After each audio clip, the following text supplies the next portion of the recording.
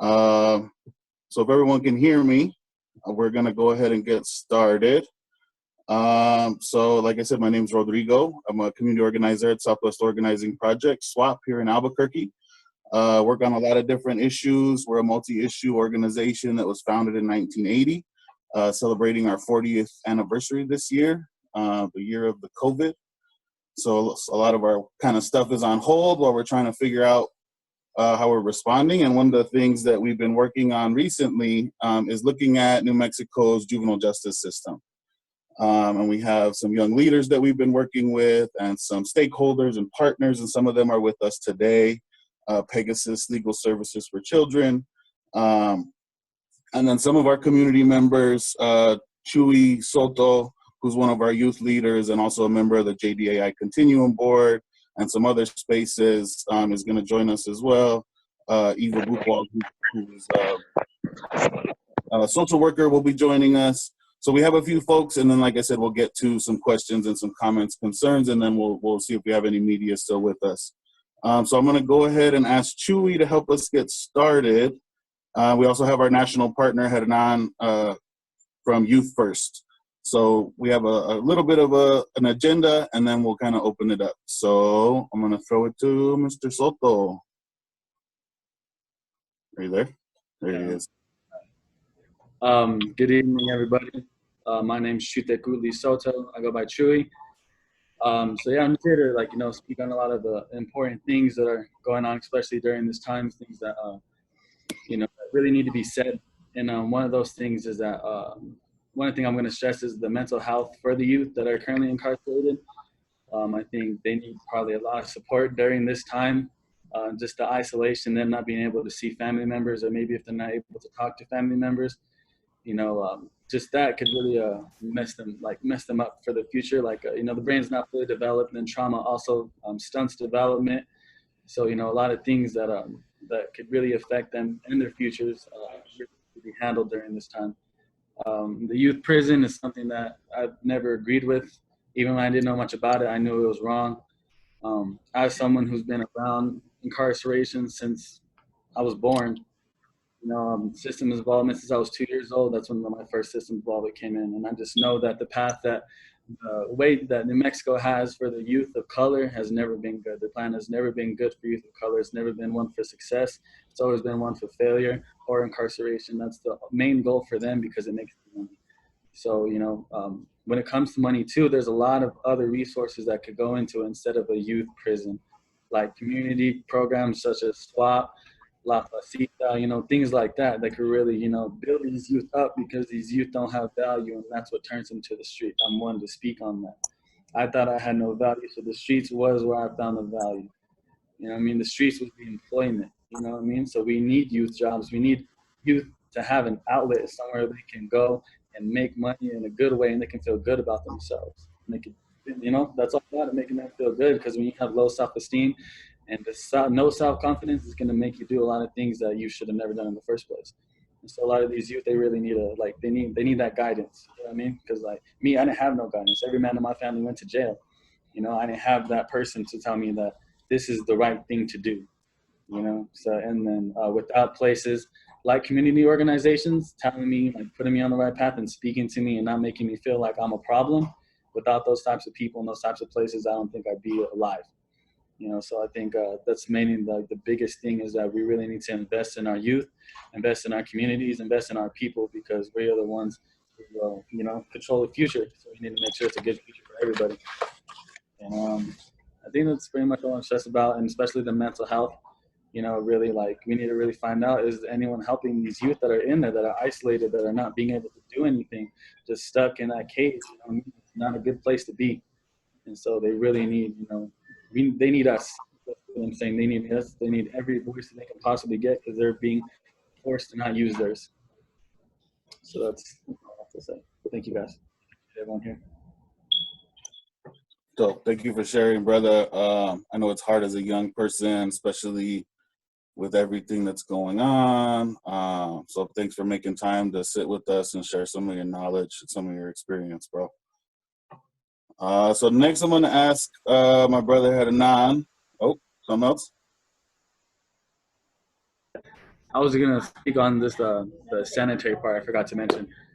Also, like make sure the youth prisons are clean because I know someone recently close to me was arrested over the weekend, and he told me that all they gave him was a mask. They had no germics, no hygiene to keep them clean. So who knows what's going on in the youth prison because they're not telling us anything. And I just know that because that person was close to me and called me on the phone and told me that the environment in there is disgusting.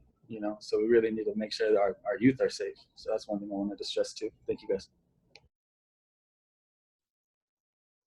Yeah, for sure. And I think that's part, so thanks for mentioning that. That's part of the frustration is we're kind of in the dark and a lot of advocates and folks seem like they're in the dark as well. So hopefully this is a good first step at getting some of that transparency going. So next I'm gonna ask Hernan to jump in. He's one of our national partners with Youth First. Yeah. Hernan, are you there? Yeah. Awesome. Right. Awesome. Thank you, Rodrigo. And Chuy, thank you for your thoughts and remarks. So hi, everyone. My name is Hernan Carvente Martinez. I am the Youth Partnership Strategist at the Youth First Initiative. And Youth First is a national campaign that is helping the development of campaigns to close youth prisons and reinvest that money into community alternatives. And so as part of our work and amidst the COVID-19 crisis, we have been continuing our work to close youth prisons around the country by partnering with community organizations like SWAP locally to build these campaigns that really want to focus on closure of facilities. But because of the COVID-19 pandemic, it has now also become a priority of ours to really fight for the immediate release of young people all over the country. Because as Chuy mentioned, the unsanitary conditions and other conditions in the facilities, which have already been highlighted even before the pandemic as being dangerous and or harmful to our young people, has just been exacerbated as a result of this pandemic. And so we have been working tirelessly to try to really organize not just the 9 states that we're currently partnered with, which include New Mexico, thankfully, but also as a result of our efforts and our effort to try to get young people out of these facilities, we've been able to partner with organizations in 36 different states where they have actively sent letters to their governors demanding the immediate release of young people, demanding that they halt any new admissions into facilities, and ultimately trying to figure out ways creatively and already that have been in place with policy to get young people out as soon as possible with the proper resources and supports in place. And so SWAP is one organization that we've been able to really support in New Mexico, but this is a national effort. And today, Youth First has also actively been pushing out an international day of action to free our youth. And so this is no longer just the US issue, it's also becoming a global issue where we're demanding that young people all over the world be released from any institutional setting, not just juvenile prisons like the ones that exist in New Mexico and other parts of the US countries and territories, but also from detention centers as well. And so really highlighting the immediate need to get young people out as soon as possible. And like Chuy, I too experienced the justice system here in New York State for 4 years when I was younger.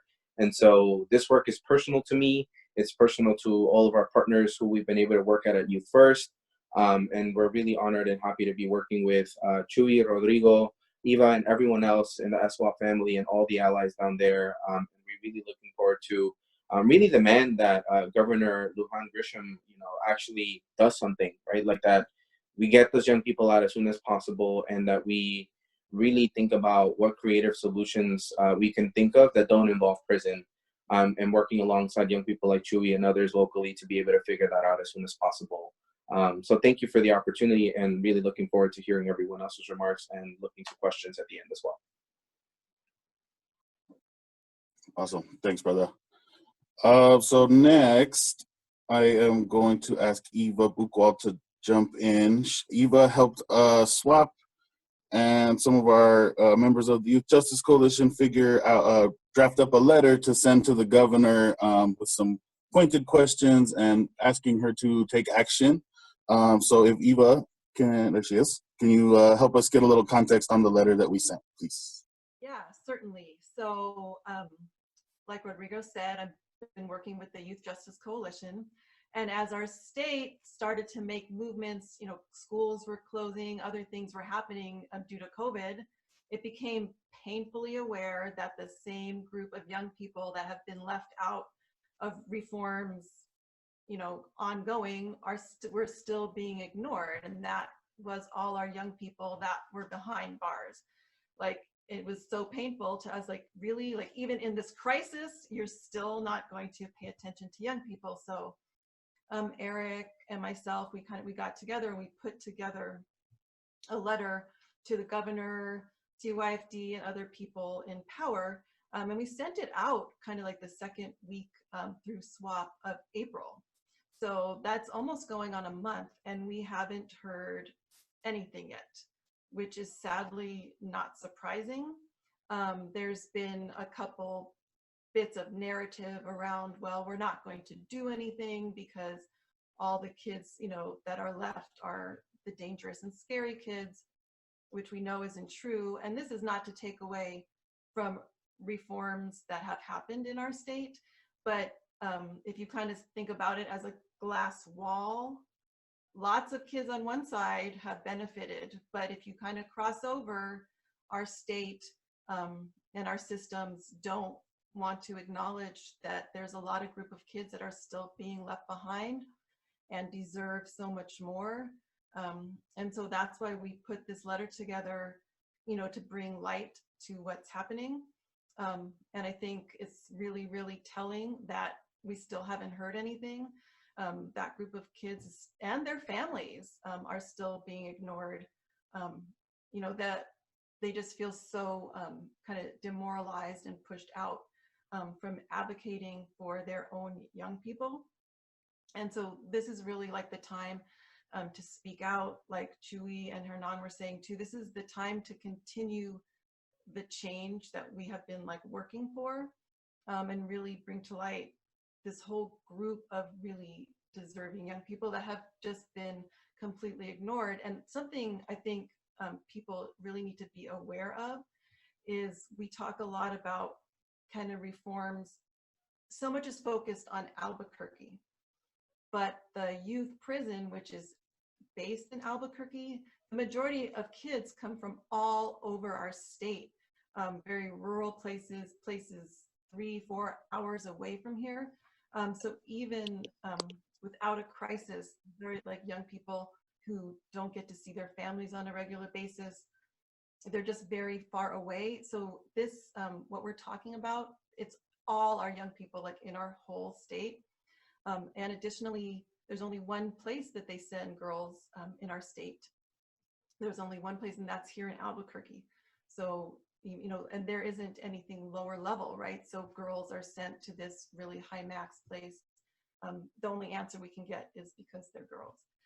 So we put together, like I said, this letter to, you know, it's time to make some noise.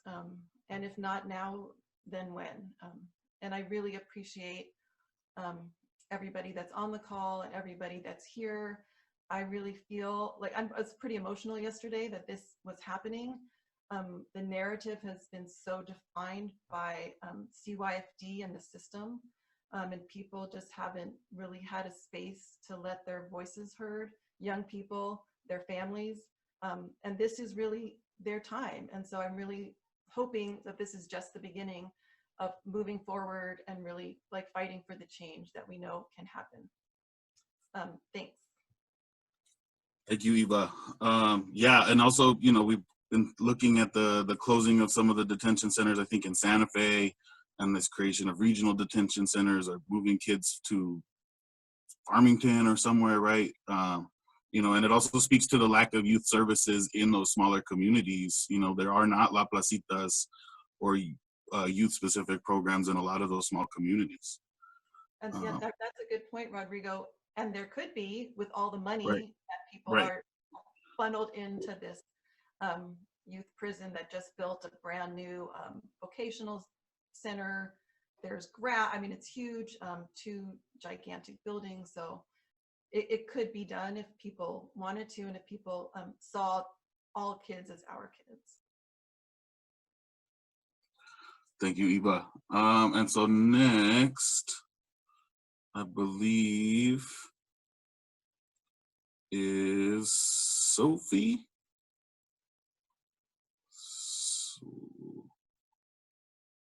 Hi. Yes. Hello, hi. Sophie. Hi. Introduce yourself. Thank you. Absolutely. My name is Sophie Asher. I'm one of the attorneys from Pegasus Legal Services for Children based here in Albuquerque. We do practice all over the state, and I apologize. I had to restart my internet, so if I repeat anything that Eva just said or you all were talking about, please excuse me. Our approach to, first, I just want to say I really appreciate the youth voice in this. It's not a voice that we get to hear very often, and it's really the only people who can speak to the experiences and the lives that policymakers are making decisions about from a very far removed vantage point. And we are very lucky to have that here in Albuquerque and New Mexico, that youth voice. So thank you for sharing that. You know, even I, who work on these issues a lot, I don't have that lived experience. And so it's much more powerful coming from people who do. I also want to say that in the best of times, children in custody is extreme. And under these circumstances, when there's an even greater threat to their physical and mental health, keeping kids in custody is a risk we should be as a society and certainly as a state.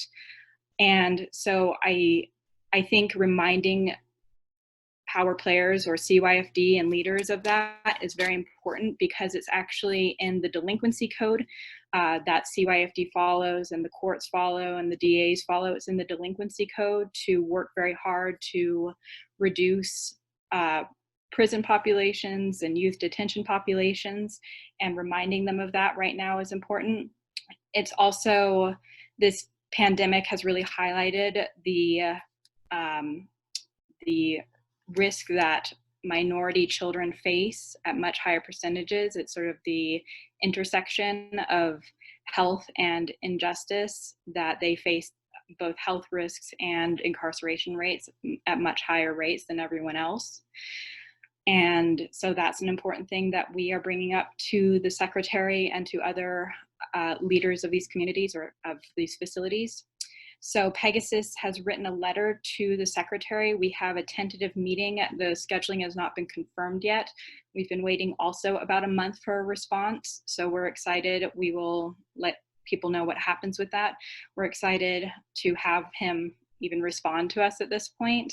We are also reaching out to the DAs who prosecute cases against juvenile clients. We are reaching out to county managers or people who run detention facilities in the counties. And we're also reaching out to the JPOs and trying to find legal ways or legal mechanisms to release kids at higher rates than they are. We have three main asks that we are trying to pressure. They are to stop putting new kids in facilities, whether it be for short-term pre-adjudication, violations of some sort, or long-term commitments. We are asking for transparency from the department specifically, so that we know what's going on in the facilities, and also communication from the department. And we also want to be able to increase communication from the children to their families and vice versa. Specifically addressing what Shui was mentioning before, we know that the department and the facilities are really kind of ignoring mental health in the name of physical safety, and we're not even sure that's happening. So they've really cut communication down. So we're asking for transparency and communication. And we are asking for the department and other players to speed up releasing as quickly as possible. So those are the three pressure points we're after. It's no new kids in facilities, transparency and communication, and releasing kids. And so we'll let you know how those are going. We are making progress, but slower than we would like on all of that.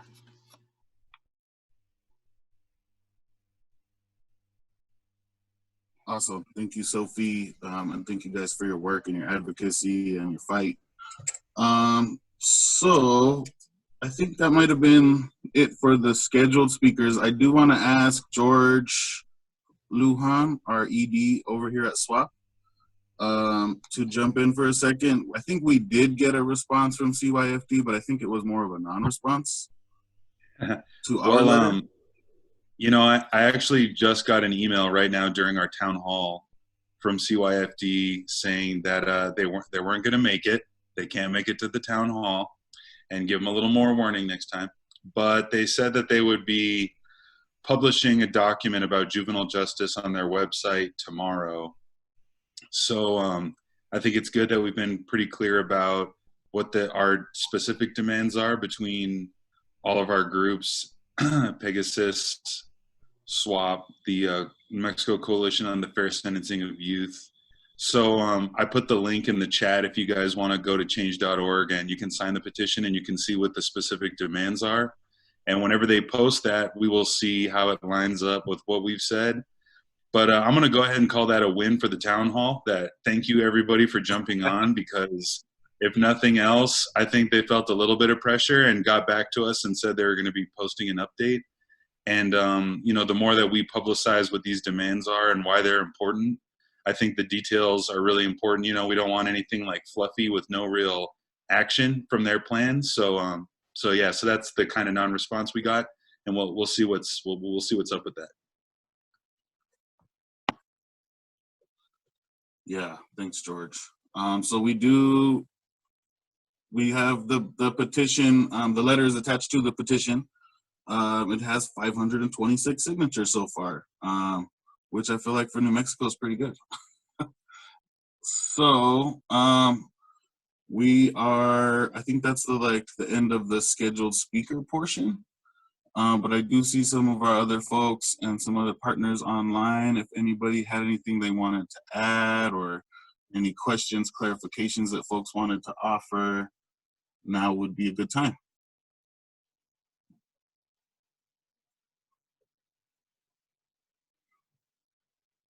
Well, I'll jump in again just real quick, that the crisis is now, but it's ongoing. And the real issue is that we must continue to work towards having no kids in prison, period.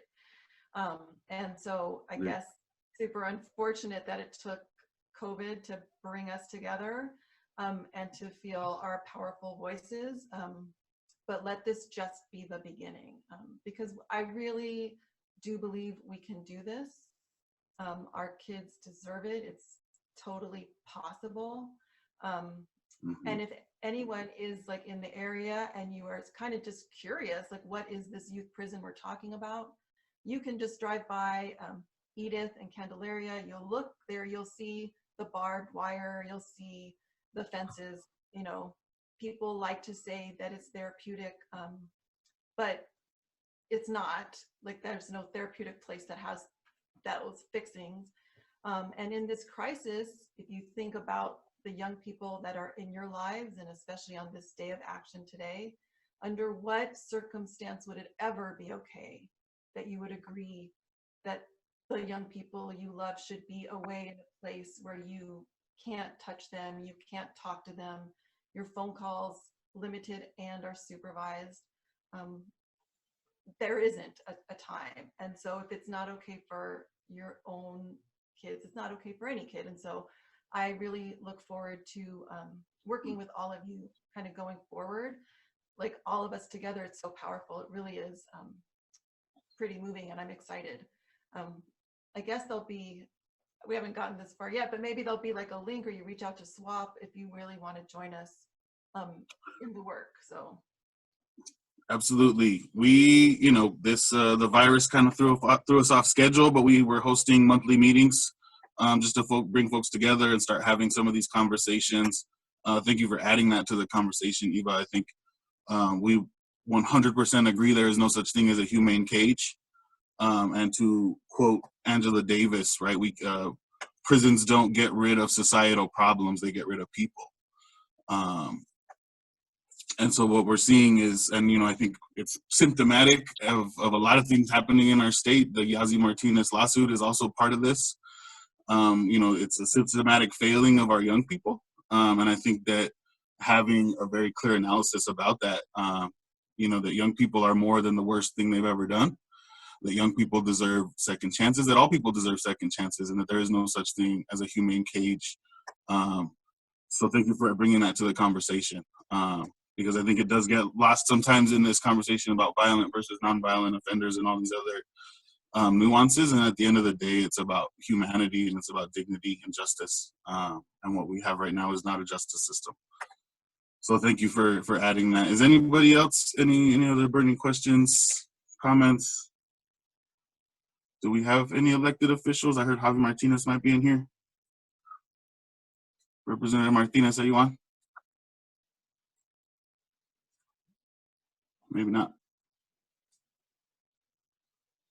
All right, that's cool. We'll follow up with him later. I'd like to add something okay. real quick, if that's Sure. all right. Eric Rivera, everybody.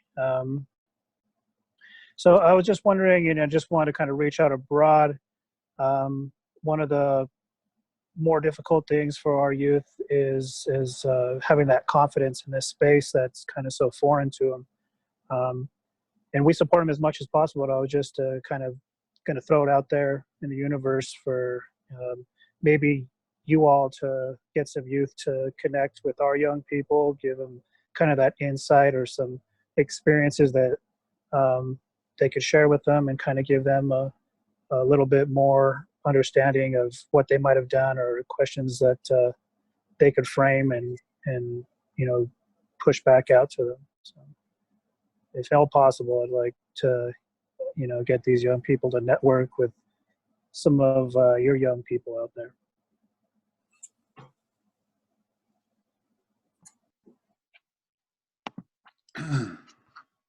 And this is George, and Representative Martinez. I guess he can hear us, but we can't hear him. So I'm going to go ahead and assume that he's in full support of everything we've said and all of our demands, and we can count on him to the very end. That's probably what he would have said. And all the folks that wrote the letter from our group in Pegasus, they're all on this call right now. So if you've read it or seen the demands and have any questions, about it, now's a good time. All the authors are here. But also, of course, you can always reach out to us individually. Totally. And I think for our purposes, Eric and Eva and folks who are working really closely with us, we're going to try to figure out how we're going to do this digitally, but we're going to start the Youth Justice Coalition meetings up again. We had some plans to work with young folks over the summer. We'll see what that looks like now. But specifically like formerly incarcerated young folks or folks who are systems impacted or folks who had parents who were systems involved, whatever. Because we really want to center those voices in this conversation and really do some leadership development and work with those folks who are directly impacted to envision what a future in New Mexico looks like without humans in cages. Yeah, and I think, this takes a lot of bravery of imagination about what it would look like. So we can get to like the post-crisis look like another time, but there's been many people nationally that have presented very reasonable things that make sense in terms of releasing young people quickly from prison. So I think that's another thing we should probably mention. Sometimes people are like, well, how would we even do it? Are you just going to open the door? And what if they don't have a place to go? Well, many people that are smart thinkers have presented very reasonable, doable plans. Like I read them, I sort of tweaked them in my mind to fit New Mexico. So it's completely doable, and it just, like I said, it also just means being brave with your imagination about what that could look like. Yeah, definitely. So does anybody have anything else? If not, I think we might have some members of the media on, and if they have any questions, we could do that now as well. If I could, I just want to say, hey, George, hey, Rodrigo. It's really great to hear that you guys are still building up that momentum and, still working with the kids.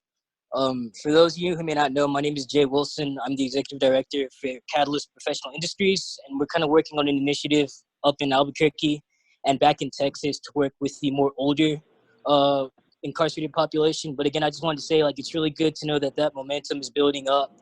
And I feel that, once things kind of let up, we can really make an impact on both sides of the equation. Thanks a lot, Jay.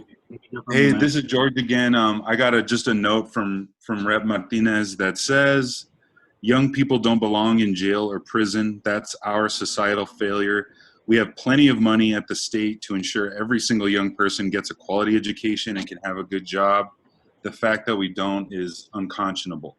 So sounds like he's on board, so that's cool. And yeah, we're going to be having a budget fight coming up here in New Mexico in terms of a big $2 billion shortfall. That is obviously, I would say, going to impact all the young people that we're talking about here, the same young people impacted by incarceration and the Yazzie Martinez lawsuit and all the other issues that we organize around. They're the same ones that are going to be hurt when the budget cuts hit, because that's what happens every time. So we're very concerned to see those cuts coming up in our own school districts and at the state level, and kind of undoing some of the work that we've done. So that's going to be a big fight. After we come out of the COVID phase, if that's even a thing, we're going to be worried about our state budget and all our young people.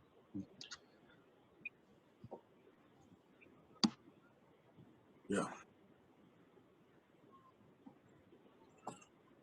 All right. Anyone else?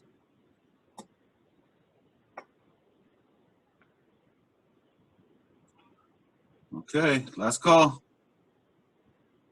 All right. Any media on? I thought I saw Jeff Proctor's name pop up. Anybody have any questions for any of the panelists or any of the other folks who spoke out? I am on the call. Thanks, man. Jeff Appreciate your work, Jeff. Yeah, thanks for having me here. I appreciate that. I don't have a question right this minute, but I will say that this is an issue that I'm going to try to swing some of my focus around to in the next week or two. And also, it sounded like you all were already aware of this fact sheet that's floating around from CYFD. I know they've been shopping that to various reporters today. I haven't had a look at it yet, but there is a fact sheet that's floating around out there. I've spoken to some of you individually and will definitely be in touch going forward. Thanks again for having me. Awesome. Thank you, Jeff. My name is MK Well, Mendoza. I'm from KSFR I think that radio brings us to the station. end. Hello, Awesome. Can you hear me? Oh, Welcome. shoot. Wait. Oh, Yes, can you hear yes. me? Can you hear me? Hello. Yep. My name is Yep, MK yes, I Mendoza. can hear you. Oh, yay. Okay. I'm from KSFR radio station. And I wonder if you can just expound, anyone on the panel can expound a bit on the solutions that you're proposing in the realm of the call to get people out, but how would you do it? And I've heard that there would be it would take creative solutions. Can we hear just some of the solutions that you might be proposing along with the call for action? Sure. I think for sure Eva and Chewy could speak to that if you guys are down. Sure. I'll go quick and then I'll pass it off to Chewy. So one thing that would do is if someone's on probation, they can agree to not use locking someone up for a probation violation. But for the kids that are in a prison right now, you could start with the kids that have 90 days or less. It's not a sentence in the juvenile world, but I'll just use that word for people to understand. So if they have 90 days or less, at that point, CYFD should have already even written a transition plan for them. And if this is supposed to be a rehabilitative model, then to keep someone in there just because it needs to be exactly the date is punitive. So you could start by just taking the kids that have 90 days or less, reviewing all their transition plans and making sure they're sound and moving them out. You can then move to kids that shouldn't even be, no kid should be, but who are there, for different types of offenses that are very low level. And the way I kind of morphed that for New Mexico, I was thinking you could just hit all the girls, right? The girls shouldn't even be there. It's so punitive and they're there for very low level things. You could take out all the girls. That would free a whole wing of everything. You could then move to look at kids that have health issues. And then you could really just go case by case, on all the kids. And yes, some kids are there for some serious charges. they might have been there already for 1 year, 2 years, and perhaps they've made great progress on their treatment. And you could be like, hey man, yeah, we're gonna let you go now.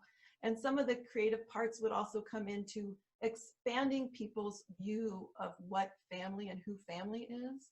You know, a lot of times people are like, you must only be released to this particular blood relative, or you can't have your uncle who had been incarcerated in the past in the home.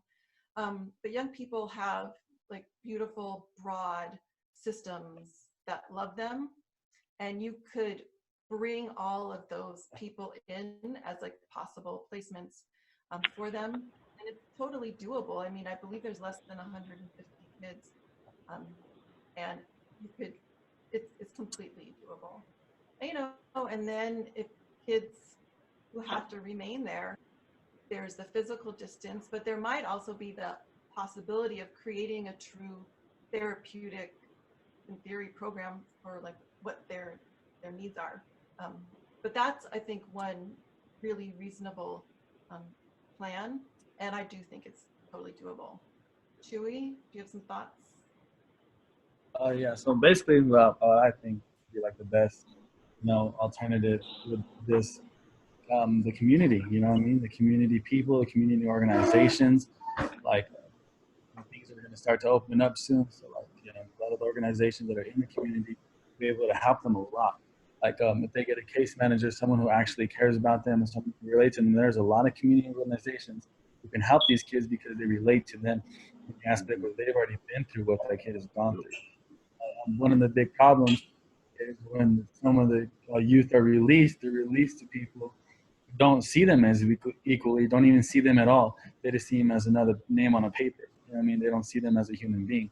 So the community does, though. The community goes through what they go through. The community feels what they feel. Investing in the community, investing in organizations, community people would help these youth a lot because it sends them to a place where they're already familiar with, and people are familiar with them and their stories.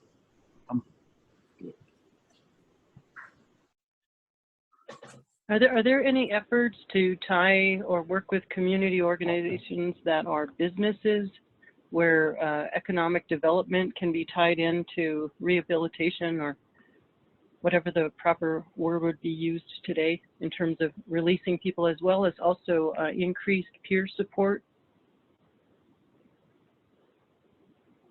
I can jump in on a piece of that.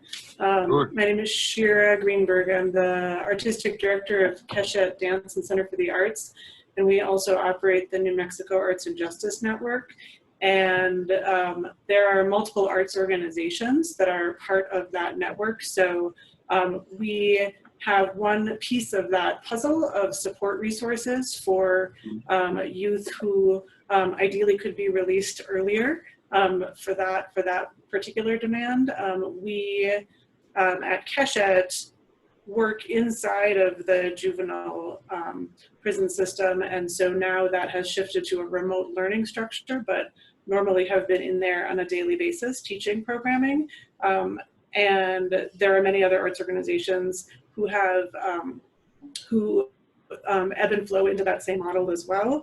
So there are these arts mentorship resources available as part of an exit plan that could be possible. And for Keshet in particular, we also operate an arts business resource center. So to address the question of the business community and support resources in that way, it's a piece of that puzzle. I wouldn't say it hits the whole picture, but that's just something to offer into that conversation. Awesome, thank you, Shira. I think Can I make a comment too? Okay, so my 9 to 5 is working with youth. I work with youth that are newly, freshly released.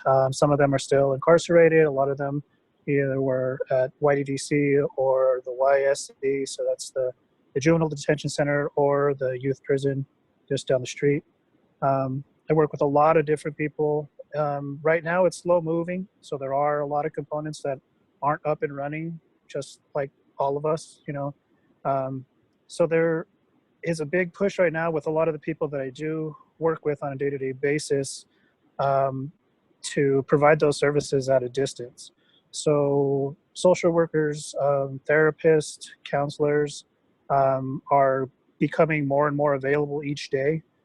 There are webs of networks of those types of services that are up and running.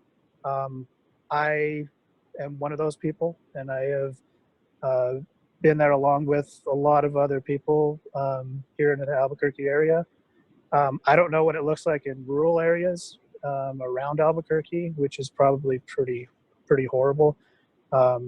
But as far as Albuquerque and the surrounding areas, there are some options for behavioral and mental health if there are have devices and internet access to get that service. So, you know, SWAP has been helping me along with Youth First to get some internet access and some funds together for youth to be connected and get those services. I think that the business owners, community members, stakeholders could definitely help this process.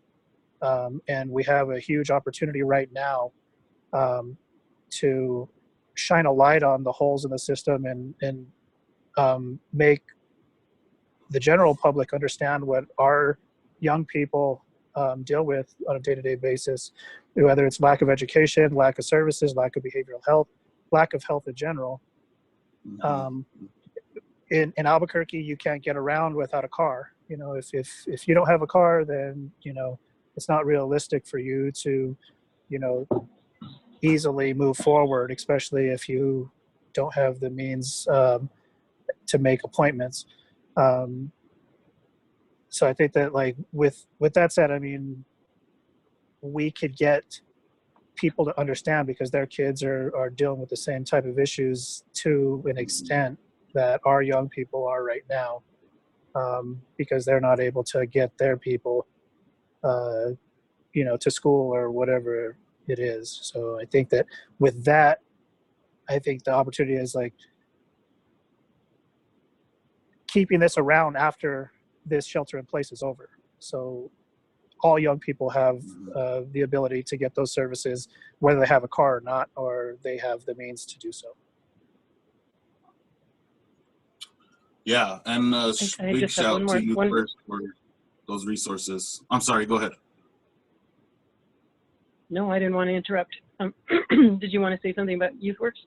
Just to reiterate that, shout out to Youth First, because they've been great with helping us provide resources, and we've been able to pay young people and get them resourced. And like Eric said, you know, folks that needed internet access or food for the house or hygiene for the house, we were able to do that. So I just have one last question. yes, Is please, there please. an effort? Is there an effort on the part of any of the organizations that are here today to move away toward the current diagnosis-centered medical model of, quote, mental health, and the role of pharmaceuticals and the role that those can often also play in leading to long-term addiction? Is there an effort to look into that and to really begin to hold some of these pharmaceutical companies accountable for their role in what can become long-term addiction and can even be born from misdiagnosis or even diagnoses that may not have much scientific basis? Number one, that's the first part of that question. The second part is, are we moving away from a medical model and more toward trauma-informed? Is there an effort on the part of the state? Will you pursue that and pressure the state to move toward more of a model around that and holding pharmaceutical companies accountable, as well as providing greater peer support? Do any of the mental health folks want to tackle that one? That's a little above my pay grade. Well, here's the reason I ask this is because what I hear all the time, we often hear, we need more mental health services. And I'm not sure we need more. I think we need better, not just more, but we also need better, more responsive. Better, yeah. And I understand a lot of young people feel very disenfranchised, very alienated, stigmatized, scapegoated by the diagnostic model. And so it seems to be that the peer support movement seems to be gaining ground, as well as a trauma-informed approach as being much more effective. I wonder if New Mexico, and in particular in relation to our youth, if it's moving more in that direction, or if you all are feeling the fire to move in that direction. I could address that. This is, it's all right, Betty Fleischman with Pegasus, and I thank you for that question. And the answer is yes, we're starting to work on it. A couple months ago, we settled a class action lawsuit against CYFD on behalf of all children in foster care, and that is one of the key issues that we agreed to work on in a very serious way, with financial consequences if the deadlines agreed upon aren't met. And it really involves putting together a trauma-informed system. It's beginning with foster care, but we know some of the youth that are incarcerated are also in foster care. They're the youth, crossover youth. It's a really important question. If you want more information, we do have a website. It's kevinssettlement.com that has the settlement and has the agreements and pretty tight deadlines to turn around and work on it. And addressing the absolute over-medication of youth and setting up a trauma-informed responsive system is really top on that list. Yeah. So you can go on the website. Also, feel free to contact me. I can give you more information, and happy to keep you updated on that. And Pegasus was our clients were the plaintiffs, and we're part of the implementation team to make sure that this actually really happens. And again, thank you for that question. And Rodrigo, Yeah, thank you. Anyone else? would you, Rodrigo? Yeah. This is Hernan. Yeah, so I would like to offer some national perspective too on that particular question around the trauma-informed angle, right? So just from like both a personal lens, and Chewy brought this up right at the beginning of this, the important need to focus on the mental health piece. I do think that not just in New Mexico, but around the country, we are seeing a larger push for us to really rethink the ways in which we're supporting young people who've experienced violence and or even perpetrated it themselves, understanding that there is this other narrative that needs to be connected to it. As someone who actively, like literally had therapy this morning, was diagnosed bipolar a year ago, and like took medication last year and the year before that, and when incarcerated was told to take Seroquel as a means to, quote, calm myself down, I can really feel that question and the need for us to really also just move away from the trauma-informed approach, because sometimes when you talk to young people, they don't want to talk about their trauma, right? They want to talk about how to heal from their trauma. So if, you know, we should actively also be intentional about using a healing-centered system, or a healing-centered model of language where we're focusing on where we're headed, as opposed to being so much in the pain that we've always experienced, both from being young and also from the justice system and other systems of oppression that we've experienced. But really thankful for that question, because I think this is really important as a takeaway from this pandemic, right? That like young people are facing mental health challenges every day in prisons, and now everybody's getting a glimpse of what it means to, you know, have to be forced to stay in one place, have very little things sometimes to do. But out here, we still have the ability to walk out and breathe fresh air, or just, you know, take a moment to call somebody up and receive all the support that we need. Young people don't currently have that. It's a health piece, and just offering some type of healing center solution, I think, has become imperative, not just for this pandemic, but for the rest of the work moving forward, both in New Mexico and around the country. Can I make a comment too? Yeah, So totally. I was going to circle that actually back to you, Eva. There's a comment that you made earlier. So it's my experience that the Albuquerque area acknowledges the need. It's not necessarily mean that that need is being met by, you know, satisfactory results, but I think that we need to stay focused too, that Albuquerque is an island for change. So although there is a big focus on Albuquerque, even just, you know, 20 miles down to Los Lunas or the surrounding area, all that goes out the window. So there's, you know, punitive minds all the way around us that, you know, we share our borders with and youth, because they all kind of float back into Bernalillo County. Like I said, there's acknowledgement, but a lot more needs to be done about that. Yeah, I found, and I'm sorry, I've lost track of the names of each person who was speaking, but the person who was talking about bipolar and therapy.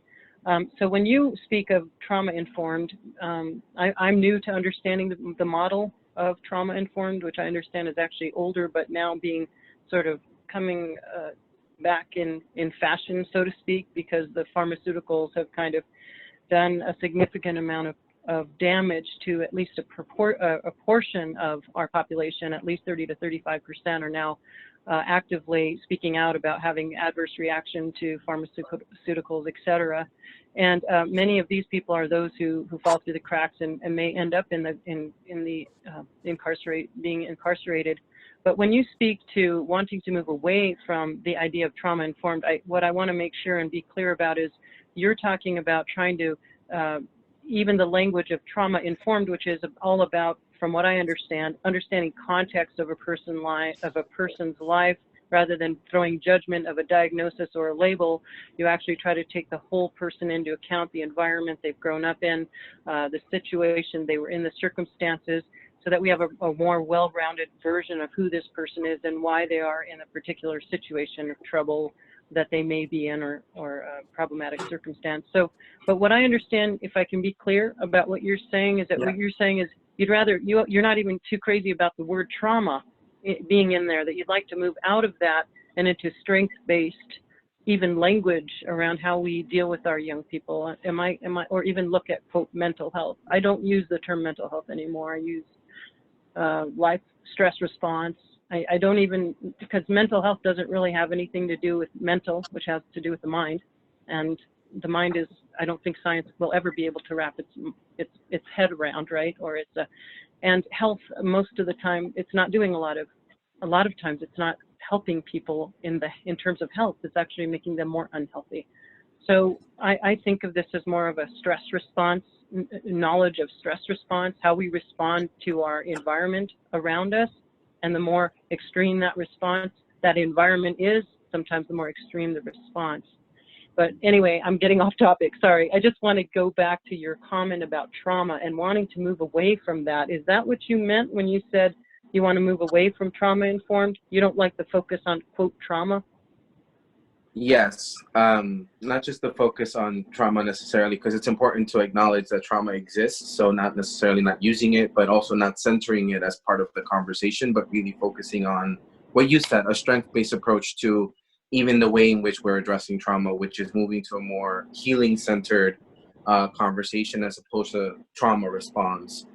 Because I think, systems of oppression, including, law enforcement and others, constantly are imposing trauma, and trauma response is an active thing that we talk about, but we do need to really center, one, the holistic approach, right? Like, it's not just medicine that pharmaceutical companies are using, but also meditation, yoga, therapy. There are so many different variations of what healing looks like for young people. And we should honestly, as adults in this space, stop defining that for young people. We should really just talk to young people themselves as to what it is that they need in order for them to achieve that next phase in their life where they're healthy, productive, and where, again, they don't need to resort to the streets or to other drugs just to cope with some of the stuff that they're experiencing in their day-to-day. So yeah, it is very much about a healing-centered conversation and utilizing this moment as we're asking for the release of young people and asking the governor in New Mexico to respond, that we're moving towards that vision in partnership with people like Chuy, Rodrigo, and the rest of the SWAT family in New Mexico locally. Right on. Thank you.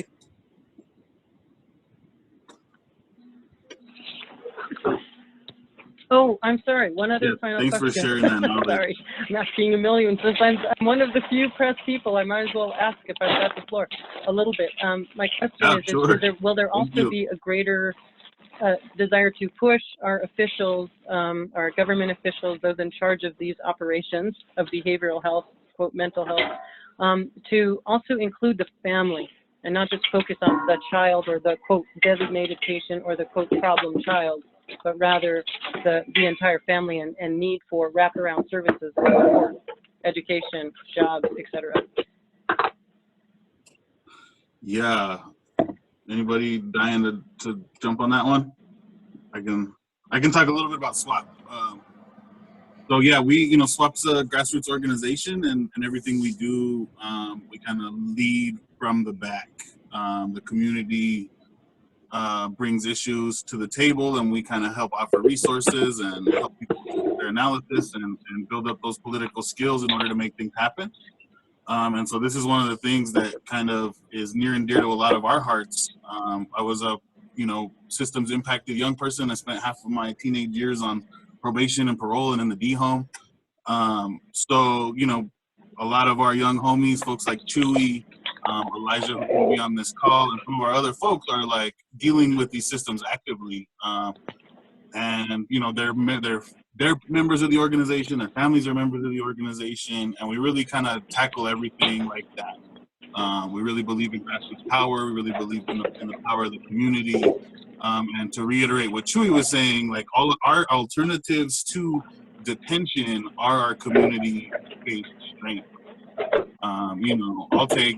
There's 89 young people in that facility. Give them all to me, and I'll give them all jobs this summer as community organizers. And we'll go out and we'll change this community, and we'll change all their home communities too for the better for all young people. And that's really where we're coming from, as formerly systems impacted young people, and as community organizers. We believe that the power lies in the families and the communities, and that young people aren't the problem, young people are the solution.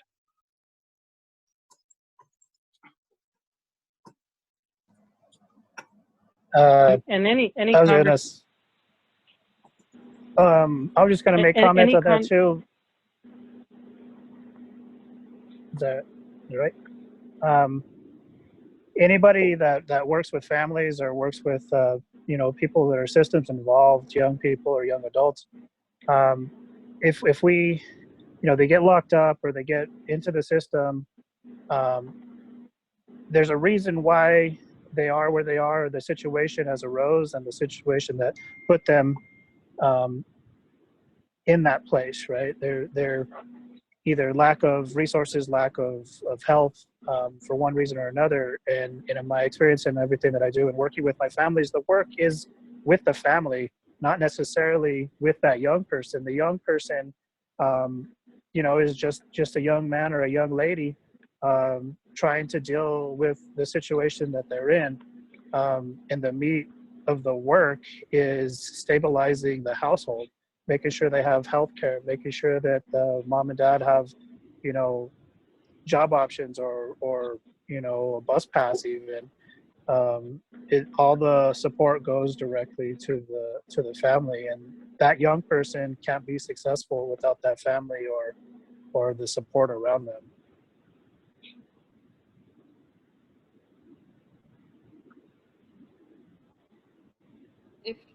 This is That's it. Sophie. If I can jump on very quickly, one very small comment. One of the big things we're asking for kids in detention centers is just easier access to their families right now. Like, we're really trying to just start with very basic things, and that's for both the kids' mental health, and I know that term is questionable, but that's for both the kids and their families. The families are traumatized by having a child locked up and not being able to be in touch with them and not being able to talk to them. And it is such a basic thing that we kind of take for granted during this time, where we can Zoom or FaceTime when we miss our family members. And it's just a basic luxury that we have that a lot of kids don't. And so that's one of the things we're trying to push on, is just freer communication between family members and the kids inside. We know that they have some audiovisual technology, because it sounds like they're doing professional appointments, like with some therapists or some treatment providers. But kids' phone calls are limited, and they are they're taken away as punishment, or they're not allowed to be, they're not allowed to talk to certain people. And that is just such a punitive approach anyway, and especially during this time when everyone's worried about loved ones. to use communication as a way to punish someone. So just wanted to throw that out there. Thank you for that, Sophie. I didn't know that. Okay, is anybody, any other questions, comments? Folks want to jump in? Yes. I have one last, and I'll go away, I promise. if it's okay. I don't want to step on anyone else. No problem, no problem. Go ahead, okay. So is there an overarching part of what you're standing for? Is this idea of kind of calling out the actual trauma, if we're going to talk about trauma in mental health, that is actually caused by the system itself, that is inflicted by the system onto the, quote, patients? Yeah, absolutely. And I think that's part of like the political education process that we're hoping to go through with some of our young folks, and really look at the roots of, incarceration, mass incarceration in this country, and its history in New Mexico. I think it stretches back to boarding schools, and the removal of Native children. And we're still seeing that today. The legacy of that here in New Mexico is generational. And all the other things that come along with living in New Mexico, the poverty, drug addiction, other things. It's very systemic here in New Mexico. We very much still live in a colony, of the United States, a military colony, an agricultural colony, an energy resource colony. And our folks are still dealing with that. Our Chicano and Native communities are on the front lines every day. And mass incarceration is one of those systemic issues. And SWAP has a long history of tackling, systemic issues, working around race issues, and a lot of environmental justice and other things, and a long history of working with young people and doing youth rights activism and organizing. So this is kind of a natural growth from that. I found SWAP when I was about 16 or 17, and it probably is the reason that I am not in jail, just like Chewy said. I found a political home, I found a chosen family there, and now I'm very fortunate to be able to give back to some of the young folks who I admire. So that's kind of our vision or my vision anyways. And hopefully we can lift up some of these folks who have that learned experience, and they can be the ones who help lead this work and drive it forward.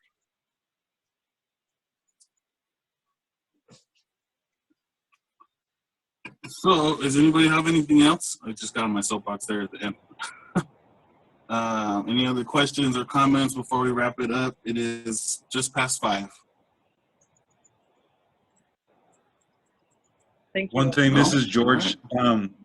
We also said that we were asking that there would be some kind of stimulus or relief provided to the families of the juveniles that were asking to be released, because we thought that was reasonable. And also, especially the Pegasus letter really focuses on actually using masks and, soap and social distancing and best practices inside.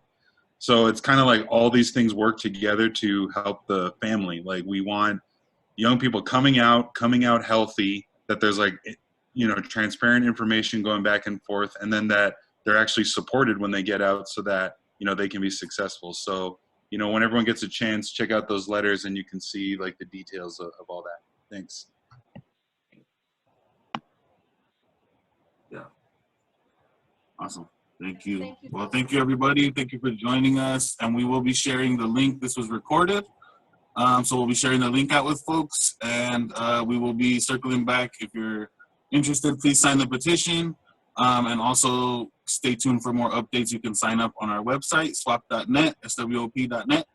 And we'll be hosting some Youth Justice Coalition meetings coming up. And like I said, hopefully planning for the summer.